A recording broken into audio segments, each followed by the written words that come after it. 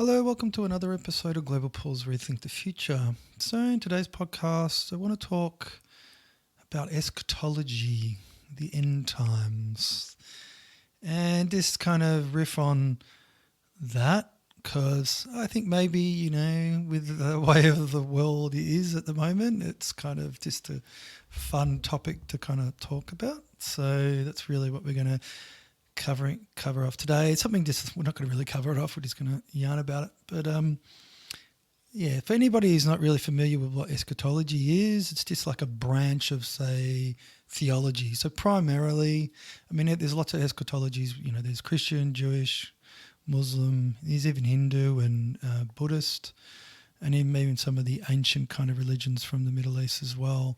But invariably it's like framed from kind of Christian kind of eschatology because if essentially, Christianity kind of universalized the redemptive history of Judaism, and through that, they frame the end of days, as it were. So it's just the theology of the end of days, of the last days, as it were. So why is it kind of important to kind of think about this? Well, why it seems pretty obvious, doesn't it? Like, you've got an unprecedented situation on the face of the planet that very much gives rise to these to people to question what is going on and to make sense of it. So they make sense of it and they have recourse to whatever they have recourse to. So depending on whether or not you are still religious, you could then start to see everything through that prism. And so it's all about reading signs, especially with, if you're framing a history from a sense of providence, there's a reason for it. Well, it doesn't matter whether or not that providence is, from a benevolent God, or whether or not there's an evil demerge or a cabal that is working for their own benefit. They are very much flip side to each other as far as understanding history, because the understanding history is just leading up to, if you're framing it from eschatology, you're leading it up to a resolution of opposites, we could say. So I never like framing the understanding of our way of life that we have opposites, as it were, because I don't think that we do. I think we have difference, but maybe our way of life is framed duality, as it were, in a way where it kind of serves, it has served maybe power throughout history. And I frame eschatology a little bit differently because I feel there's no difference between religion. I think it's all religious. Our way of life is religious. And so whether or not you're Christian or Jewish, or whether or not you're an absolute atheist and you're orientated towards hedonistic kind of pursuits, it's still religious. And why do I say that? Well, because, and I always talk about this, is that if we're market orientated and we presuppose independence as an ideal, and the ideal has the vestiges of a transcendentalism that is very much the hook that exists within that ideal, then it really doesn't matter if you're aspiring to you're securing your time as a supplement, and because your time is an economic good, then you've got to look at the structuring of time and where that structuration, as it were, the genealogy of it comes from. And I always talk about the nature of 6 days of creation and the seventh day of the Sabbath. So literally an afterlife, a Sabbath, retirement, a supplement of time, a weekend, they're all one and the same thing. So if they're all one and the same thing, all right, it's all immanentized. You can't differentiate religion.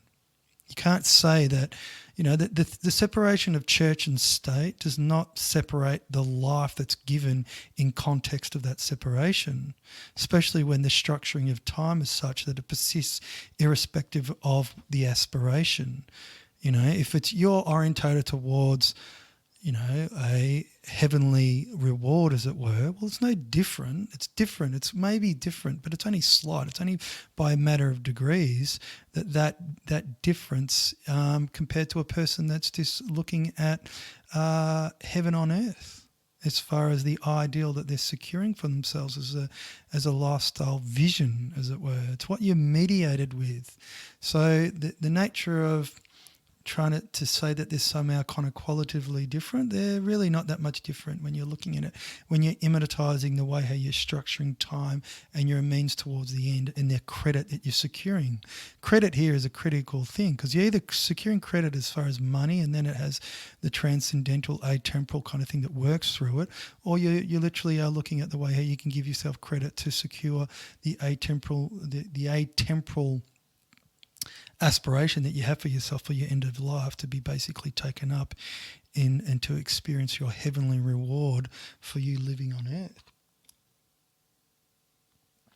So the question of eschatology is broadened outside, and I suppose you can say that within ecology, or with the ecological kind of crisis that the earth is undergoing at the moment through just our way of life, then a lot of that is a given as well, because you have this ecological apocalypse or eschatology that is very much framed from a Christian understanding, as much as that you can remove all the theology or all the kind of the signs of it and just immanentize it to the planet. So it's still there, but what it's doing is it's really just framing an impasse that we cannot see beyond. So I always if I look at Judaism, the Messiah is meant to reconcile something that rabbinical Judaism has been incapable of doing. So he's meant to be like a rabbi of skill. All right, so it's problematized in the sense of the way how this guy's meant to do what he's meant to do. I don't know whether or not he's meant to build the third temple, which is kind of a bit of a problem. So you've always got these hoops that the Messiah has got to jump through, really, in order to be considered to be such. It's quite amusing. And then you have you got all the other messianic figures. Obviously, you got Christ that comes back a second time round. You got the Imam Mahdi, I think, if I'm pronouncing that correctly, which is the last prophet of Islam. You've got the Kalki avatar in Hinduism, and you've got the Maitreya Buddha in Buddhism. So they're all figures, all right, that are evocative, really, of an impasse, of something that those cultures can't maybe see beyond. And so therefore that figure, the aspirational figure, is for a future. But a future, the way I always frame it, is a future that is just kind of, it doesn't disregard the past, but it's not beholden to it. So what it does is it makes good on maybe those traditions in a way that it can try reconcile all the issues that the tradition hasn't been able to reconcile. Okay, so outside the personages that are meant to kind of be the intermediaries maybe of a change, well, where does that leave poor old the no ones of the world? What are we meant to do? If we're just cannon fodder for the powers of history.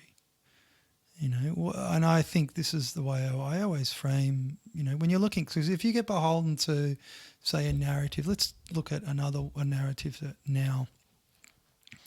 So let's look at, say, Ascension and manifestation and all these things. So Ascension is just about, it's very much there's, what was the rapture? It's very much rapture kind of theology. Rapture theology in Christianity, which I think it came from kind of the Protestant churches or kind of evangelical churches within America, I think. Was just about how people could just be driving along in their car and all of a sudden be taken up. It's quite insane that people can think that. But the whole understanding is that you've got Ascension is kind of this similar understanding of that. Well, there's probably varying degrees of the way how people frame Ascension, as it were, but a lot of it is that you are going to ascend, and supposedly timelines diverge whereby the earth is given over, and the ascending earth and the old earth are separate, and so only the ones that the elect, obviously, this is always the way, will become part of this new earth, while the other ones that are all slavish and evil, or however you want to frame them, exist on the planet. And so there's a separation of timelines. So, but the thing about it is it's Christian. It's Christian kind of theology. It's just, maybe it's just packaged for a new age spirituality that has the vestiges of Christianity in it, but then kind of don't acknowledge the genealogy of it. So, in that context, the aspiration is important. It doesn't matter about whether or not there's a disavowal part on the part of people that believe in this thing. The way you frame it is, well, it's an aspiration. Once again, if people are trying to make sense of the world, and especially after Christianity, especially within the West, and where market-orientated way of life predominates, and it's predominated for over 100-something years, and so the spiritual poverty is acute in Western countries, and that's why it gives rise to kind of New Ageism and to all these other things as well. You can see that it's a direct response of the lack of sense of community that you have when you're just as good as your wants. It's a spiritual issue, and that's the reason why it's more of a spiritual issue within Western countries, because there's a certain level of material affluence that they have, reached, whereby the acute pathological disease of our way of life manifests itself. So if our way of life is a spiritual disease, and here we have COVID, it's almost like it's kind of come on cue to the point of highlighting something to then pause hopefully for people to reflect upon their way of life. Now, how much credit do we give people for thinking? I don't know how much credit we can give. There's a lot of people that do think, and there's a lot of people that do question, but let's just take it another step. Let's say that you do question, but then you fall down the rabbit hole of conspiracy theories. And so therefore, you're framing what's occurring now only from what's occurring outside yourself, and not looking at the way how you play host to this thing. Okay, so once again, if you're to do that, then there's a disavowal of responsibility or creativity, or responsibility primarily on your part that gave rise to it. So are you looking at the way how that you that the disease that inhabits you? All right, because you're beholden to it. So can you see beyond that? Can you recognize that?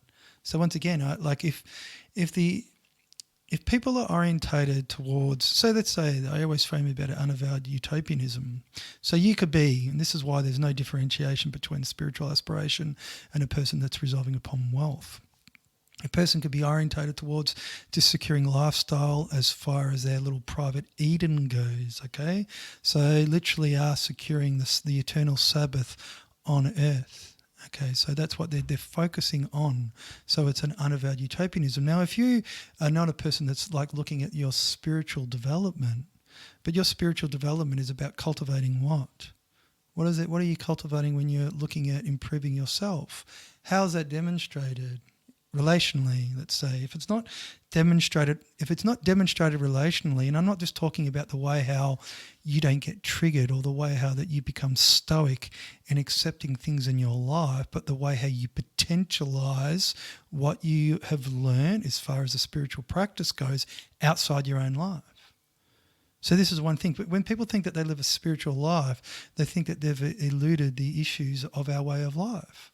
But if you go listen to some guru, and the only thing that he talks about is just, how to cultivate kind of wisdom or meditation or mindfulness, but then that mindfulness is in the context of our market-orientated way of life, and the way how that we're marginal as far as the way how we're marginal to the end that we presuppose, the way how time is structured as an economic good, well then what good is that? How is that in any way going to potentialize change?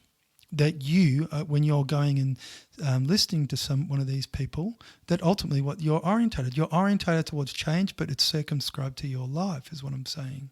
So therefore, in that sense, your spiritual learning or your spiritual lesson is no less utopian or autistic in that regards than a person that's just orientated towards hedonistic pursuit of wealth and securing the idol for themselves. Because my point is that if nothing's potentialized socially as far as that spiritual community, and it can only be demonstrated through the way how you give and receive, because the way how you give and receive ultimately relates to the way how you receive your time. If you don't potentialize your time as an economic good, then the supplement of time that you've secured for yourself to go listen to one of these gurus, you've secured your time as a supplement. All right? How do you potentialize that time as a supplement beyond listening is what I'm saying. Because the only thing that they do is that they perpetuate the same model that is basically thousands of years. As far as maybe not thousands of years, but to a degree. Even if you take Christ as an example, as an exemplar of the gospel of love, but then how was the gospel of love can be demonstrated or actualized into the community? You did have spiritual communities with Christianity, but a lot of the stuff that they thought that the end of the world was nigh, getting back to the eschatology, and people were to give up their worldly possessions. There was no difference between a poor man and a rich man. So that the immanentization of the kingdom of God was such that it was so imminent, was so near that fervor, the expectation was such that people, the aspiration was there without any kind of structure to bring it down, to temporalize the spirit. So can we say, if you're looking at how do you temporalize the spirit and ground it with a structure that grounds it? Right, so that manifests it in a way where what you're doing is that you are potentializing your time beyond the supplement that you secure for yourself. So removing the unavowed utopianism and so broadening your vision towards life. Now, if you are spiritual and you have a spiritual practice and there's nothing that's demonstrated at that, then it's always subordinate to it. It's always secondary. You're not doing anything else that's not already kind of given of a way of life. If you go and do a retreat and that retreat is a supplement that you've secured for yourself in order for you to do whatever you do and then for you to come back, and then the only way that you demonstrate that is in the relations about being stoic or about having equanimity, as it were, to having a level-headedness, to not rising and falling with your emotions, being detached from life. But how are you integrating or how are you demonstrating sense of community or meaning beyond that if you're not taking the supplement of time that you secured to potentialize that beyond it? Because what you're doing is that you're not even thinking of what time is. You're accepting it as a given, the way how it's given to you. You don't even look at the qualitative difference between them and the order that reigns that determines it as such. So any talking head, any baba, any guru, any kind of like life coach, anything like that, if they don't frame it like that, then all it does is just there's nothing that's engendered beyond what is not already given in our way of life. So if you are to try and make sense of the world, say, let's get back to what we talked about and the ensuing crisis. If it's a spiritual disease, it's a spiritual disease. It's a collective disease. It cannot be addressed by the nasal gazing. It really can't.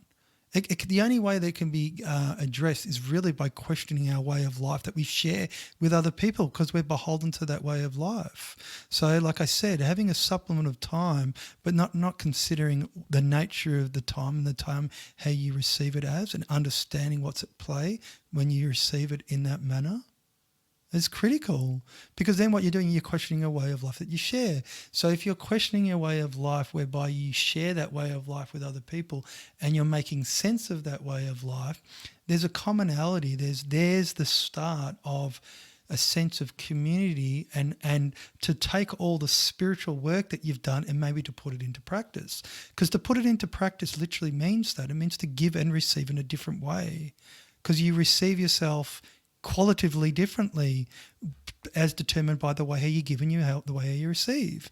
If you think that everything's this business, everything's just transactional, and that you have you want to be we're marginalised the spirit to such a degree that there's no giving and receiving, but we have to give so I may receive.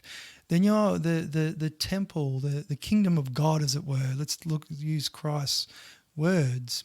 Where is it? It's not demonstrated anywhere. You're not giving of the Spirit that gives. You're not pouring it out, to quote like a kind of a Aquarian kind of understanding of it. You're not like the sun, and the sun that gives, or the earth that is receptive to the sun's rays in order to nourish life. So these are things that we have the pretense to be, but then we're not given the way of demonstrating that. And so why the way is important, because the way is the structure, the way, and we don't have to have aspirations towards life and to give up everything for the sake of an ideal if there's no structure that can be put in play and recognise the marginal way how we receive ourselves to begin with. So if we are market orientated and you're looking at life, you do not have to be beholden to kind of narratives that frames the end of days or eschatological kind of understanding, ascension, channeling bloody aliens, any of these things. They're the vestiges of a way of thinking about life, religious and mythological kind of thinking, that doesn't need to be substantiated in the light of just recognising something that's staring you in the face. It's the way how you act. And if you act different, a qualitative difference, and recognise something, then perhaps all those things, all the aspirations that these traditions hold kind of come true, but they're not the cause of it. They're not the cause of it. It's just the effect. It's not like it's not a self-fulfilling prophecy either. It's because it's totally othered from basically the tradition. If we're dealing with a market-orientated way of life, and we're dealing primarily with the way how you accept your temporality as an economic good, and the way how money is something that transcends.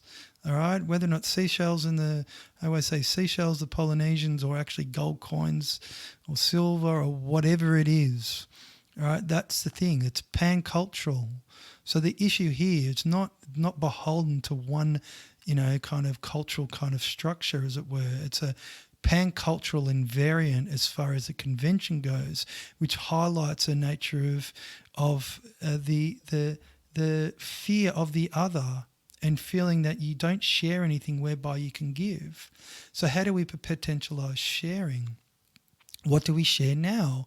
We share a way of life. So we share the way that we're beholden to a way of life that's totalizing, that we accept our time as an economic good. And if you can't see that for what it is, then you'll get beholden to narratives about kind of conspiracy theories, aliens, all the power that is removed from yourself, whereby you can start to immanentize not an understanding, but immanentize something that is just there. It's just right, but it's just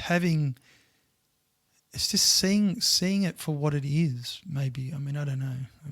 I don't know anything. Anyway, until some other time, take care.